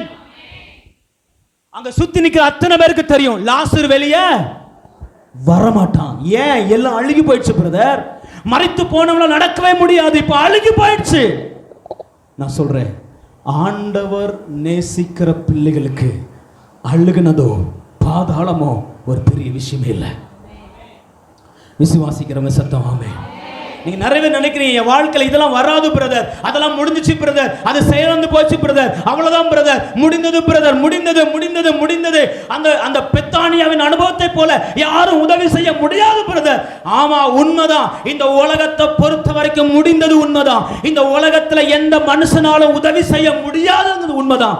ஆனா கர்த்தர் உங்களுக்காக யாவையும் செய்து முடிப்பார். இவனுக்காக, லாசருக்காக தேவ மகிமையை வெளிப்படுத்தி சகலமும் உருவாக்கப்பட்டது. சத்தம் ஆமென் சொல்லுங்க பார்க்கலாம். இப்ப கட் அவுத்துருங்க ஐயா, வாங்க. இப்ப கட் சொல்றாரு, கட்டுகள் என்ன பண்ணுங்க? ஆமென். ஜீசஸ். இன்னொரு ஆள் வாங்க பார்க்கலாம். கம் ருஷான் கம், சீக்கிரம் வேகமா. கட்டுகள் என்ன செய்யுங்க? இப்போ கட்டுகள் அவிழ்க்கும் போது எல்லாத்துக்கும் எப்படி இருக்கும்? முதல்ல வெளியே வரும்போது எல்லாரும் என்ன ஆயிருப்பாங்க? சொல்லுங்க. பூதம் வருது, பேய் வருதுன்னு ஓடி இருப்பாங்க இல்லை? ஆனால் கர்த்தரோ பூதமும் இல்லை, பேயும் இல்லை, புது சிருஷ்டியாய் கர்த்தர் உருவாக்கினார். New creation. தலையில் உள்ளது அவர்கள்.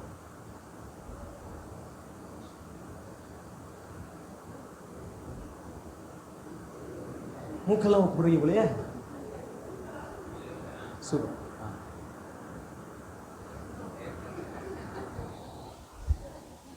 ஓகே.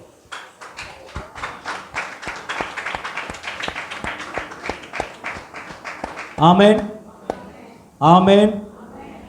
லாசரு வெளியே வரணுமா? இப்ப சொல்லுங்க, வியாதியா இருந்தப்போ இயேசு வந்திருந்தார்னா, ஆண்டவரே என் வீட்டுக்கு வாங்க, லாசரு வியாதியா இருக்கலான்னு சொல்லி இயேசு வர்றார், சுகமாக்கி இருந்தார்னா எப்படி இருந்திருக்கும்? பாதாளத்தில் இருந்தவனை வெளியே வர சொல்லி எப்படி அற்புதம் செஞ்சதுனால எப்படி இருந்திருக்கும்? நீங்க எதை விரும்புறீங்க? எதையுமே விரும்பலையா? பேதுரு மாமியினுடைய ஜுரம் நீங்கி சுகம். இந்த அற்புதத்தை எத்தனை பேர் அடிக்கடி பேசியிருக்கீங்க? எப்போவாச்சும் ஜுரம் வந்தா பேசுவோம் பிரதர். ஆனா அடிக்கடி பேசுகிற அற்புதங்கள் என்ன? லாசரு மரித்து போன சிறுமியை கர்த்தர் உயிரோடு எழுப்பினார். அவங்களை எழுப்பினார், இவங்களை எழுப்பினார். அந்த சொன்ன ஒரு வார்த்தையில் அற்புதம் நடந்துச்சு. அதாவது யூகிக்க முடியாத அற்புதங்கள் நடக்கும் பொழுதுதான் அங்க ஆண்டவர் என்ன பண்றாரு, நம்ம என்ன பண்றோம், அதை பெரிய விஷயமா பார்க்கிறோம்.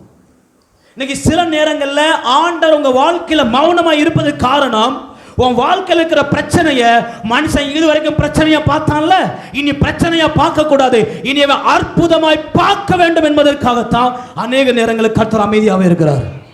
அல்லேலூயா. எத்தனை பேருடைய வாழ்க்கையில பிதாவின் மகிமை வெளிப்பட நினைக்கிறீங்க? ஆமென். எத்தனை பேருடைய வாழ்க்கையில கிறிஸ்துவினுடைய மகிமை வெளிப்படணும்னு நினைக்கிறீங்க? நல்ல கரங்களை உயர்த்தி ஆமென் சொல்லுங்க பார்க்கலாம். அல்லேலூயா. இதற்காகத்தான் ஆண்டவர் உதவி செய்யல. என் பிள்ளைக்கு கொடுத்தா இப்படி கொடுக்கணும், இப்படி கொடுக்கணும். உங்க பிள்ளைக்கு நீங்க எப்படி கொடுக்க விரும்புவீங்க சொல்லுங்க? உங்க பிள்ளை உன்ட்ட கேட்குது, எப்படி கொடுக்குறீங்க? சில நேரங்களில் கொடுக்கணும் பிள்ளை கஷ்டப்படுமா படாதா? ஆனால் கொடுத்துருவோமா? இல்லை, அது நம்மளை தப்பாக தான் பேசும். அம்மா வாங்கி கொடுக்க மாட்டா, அப்பா கேட்டா கொடுக்க மாட்டார், சொல்லதான் செய்யும். அதனால உடனே நம்ம கொடுக்க போறதில்ல. ஏன்னா எனக்கு தெரியும் என் பிள்ளைக்கு அவர் கேட்கிறத விட நான் பெருசா என்ன செய்ய போறேன், கொடுக்க போறேன். அல்லேலூயா. என் புள்ள அது கேட்கறத கொடுத்துட்டா அதுக்கு தக்க மதிப்பு தான் எனக்கு இருக்கும். ஆனா என் புள்ள கேட்டதை விட பெருசா கொடுத்துட்டேன்னா என் பிள்ளைக்கு இருக்கிற மதிப்பே பெருசா இருக்கும். எத்தனை பேர் ஆமென் சொல்றீங்க? ஆண்டவர் அப்படிப்பட்ட கிரியைகள் உங்க வாழ்க்கையில செய்ய விரும்புகிறார். ஆமென், ஆமென். எல்லாரும் எழுமி நிற்கலாமா? எல்லாரும் எழுமி நிற்கலாம். Thank you Jesus. எல்லாரும் எழுமி நின்று ஹல்லேலூயா. அநேக நேரங்களில் ஏன் ஆண்டவர் உதவி செய்யல, ஏன் ஆண்டவர் வரல, ஏன் ஆண்டவர் ஜெபத்தை கேட்கல, ஏன் ஆண்டவர் காத்திருக்க வைக்கிறார், ஏன் ஏன் ஏன்? நீங்க ஆண்டவர் தெளிவா சொல்றாரு, உனக்கு நான் செய்ய போகிற காரியம் பயங்கரமா இருக்க போகுது. நீ சாதாரணமான ஆள் இல்லப்பா, நான் உன்னை சாதாரணமா பார்க்கல. இல்லை நீ என்னை சாதாரணமா பாருங்க ஆண்டவரே போதும், நான் சாதாரண மனுஷனாக இருந்துக்கிறேன்னு நினைச்சியேன்னா அதுக்கும் நான் ஒத்துழைக்க மாட்டேன். நீ விசுவாசிக்கிறியோ விசுவாசிக்கலையோ நான் உனக்கு பெரிய அற்புதங்களை செய்ய போறேன், செய்ய போறேன். சொன்னதை செய்யும் வரை நீர் என்னை கைவிடுவதில்லை. சொன்னதை செய்யும் வரை நீர் என்னை கைவிடுவதில்லை. கர்த்தர் எனக்காய், கர்த்தர் எனக்காய் யாவையும் செய்து முடிப்பார். கர்த்தர் எனக்காய் மலைகளை பெயர்ப்பாரே. கர்த்தர் எனக்காய்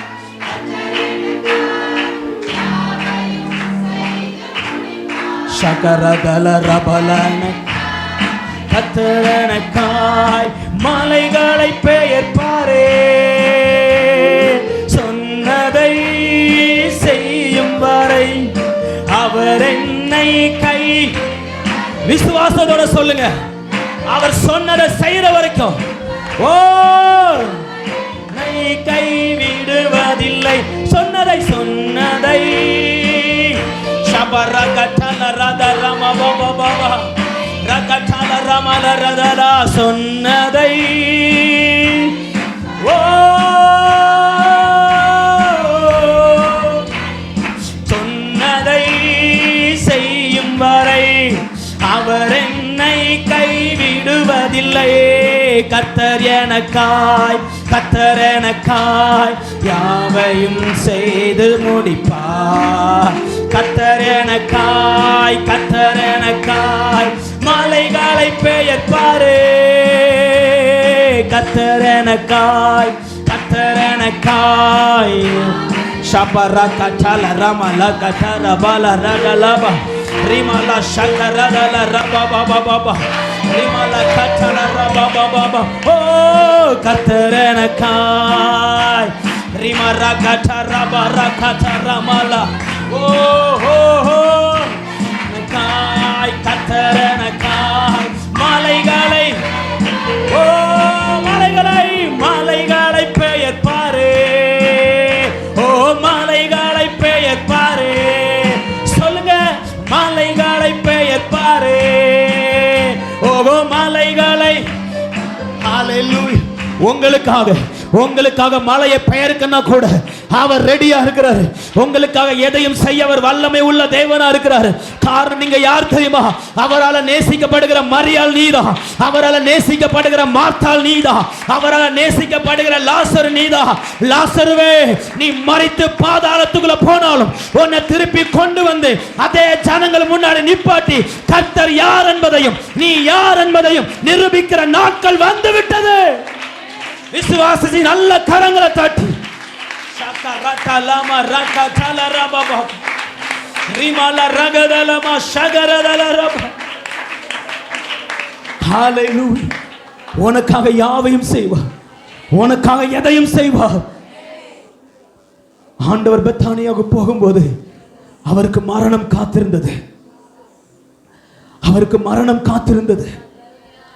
எல்லாரும் சொன்னாங்க, சீசர்கள் சொன்னாங்க, ஆண்டவரே நீங்க அங்க போனீங்கன்னா உங்களை கல்லறிவாங்க ஆண்டவரே, உங்களை சிலுவையில் அரைஞ்சு உங்களை கொன்னுருவாங்க ஆண்டவரே. ஆனா இயேசு சொன்னது, எனக்காக ஒருத்தன் காத்துட்டு இருக்கிறான். என் பிள்ளை பாதாளத்தில் இருக்குது, நான் மறித்தாலும் பரவாயில்ல, என் மேல கல்களை எரிஞ்சாலும் பரவாயில்ல, இனி என் பிள்ளை அழக்கூடாது. அழுத நாட்கள் போதும். 4 நாளா அழுதுகிட்டு இருக்குது. 4 நாளா என் பிள்ளை அழுதது போதும்டா. 4 நாளா என் பிள்ளை வேதனைப்பட்டது போதும். இந்த பெத்தானியாவுக்குள்ள அழுது கொண்டிருந்தது போதும். கைவிடப்பட்ட நிலையில இருந்தது போதும். யார் எனக்கு உதவி செய்வான்னு அழுது கொண்டிருந்தது போதும். இருதயம் எல்லாம் இளைத்து போனது போதும். என் பிள்ளைக்காக நான் என்ன அடைஞ்சாலும் பரவாயில்ல, எனக்கு மரணமே வந்தாலும் பரவாயில்ல, என் புள்ள விசுவாசி காட்டாலும் பரவாயில்ல, நான் போவேன்னு சொல்லி அவர் கல்லறை இடத்துக்கு வந்து அவனை உயிரோட எழுப்பி விட்டார். உங்களுக்காக எதையும் செய்வார். உங்களுக்காக எதுக்குள்ளேயும் பிரவேசிக்க அவர் தைரியம் உள்ளவராக இருக்கிறார். ஏன் தெரியுமா? உங்களை அவருக்கு ரொம்ப பிடிக்கும். உங்களை அவருக்கு ரொம்ப பிடிக்கும். தேவ பிள்ளைய உங்களை அவருக்கு ரொம்ப பிடிக்கும். அநேக நேரத்தில் நீ சொல்ற, என் வாழ்க்கையில ஏன் பிரச்சனை, ஆண்டவருக்கு என்ன பிடிக்கலையா, ஏன் என் பிள்ளைய ரட்சிக்கல, ஆண்டவருக்கு என்ன பிடிக்கலையா, ஏன் என்ன ஆண்டவர் கைவிட்டார், ஆண்டவருக்கு என்ன பிடிக்கலையா, நான் என்ன ஆண்டவருக்கு தவறு செய்தேன், நான் என்ன ஆண்டவருக்கு பாவம் செய்தேன், நிறைய நேரத்தில் கேள்வி கேட்கிறேன்.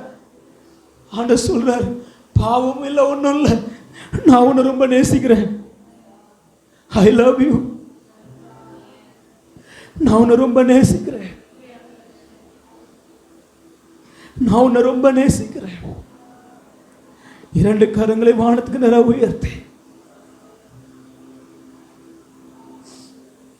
எத்தனை பேர் அப்பா பார்த்து சொல்ல போறீங்க? நீங்க சொன்னதை செய்ய வரைக்கும் கைவிட மாட்டீங்க ஆண்டவரே. நீ விசுவாசிச்சுக்கின தேவ மகிமை பார்ப்பீங்க. மார்த்தாள்கிட்ட கதை சொன்ன ஒரே வார்த்தை அதுதான், மார்த்தாள் விசுவாசி. ஆனா அவளால் கடைசி வரைக்கும் நம்ப முடியல. ஆனாலும் கர்த்தர் லாசருவை வெளியே கொண்டு வந்தார். நீங்க உங்க வாழ்க்கையில் அடைக்கப்பட்ட காரியங்களை எல்லாம் வெளியே கொண்டு வர போகிறார். நீங்க நம்ப முடியாதது எல்லாம் கர்த்தர் செய்ய போகிறார். எதெல்லாம் நீங்க விசுவாசத்தை விட்டீங்களோ அவை எல்லாத்தையும் புதுசா துவங்க போறார். எதெல்லாம் நம்பிக்கை இழந்தீங்களோ அது எல்லாம் புதிதாய் கர்த்தர் உருவாக்க போகிறார். படைப்பின் வல்லமையை உங்க பிள்ளைங்க பார்க்க போறாங்க. உங்க குடும்பத்துல நீங்க பார்க்க போறீங்க. உங்க வேலையில பார்க்க போறீங்க. எதெல்லாம் முடியாது நினைச்சீங்களோ கர்த்தர் அதெல்லாம் ஒரு புதிய அத்தியாயத்தை துவக்க போகிறார்.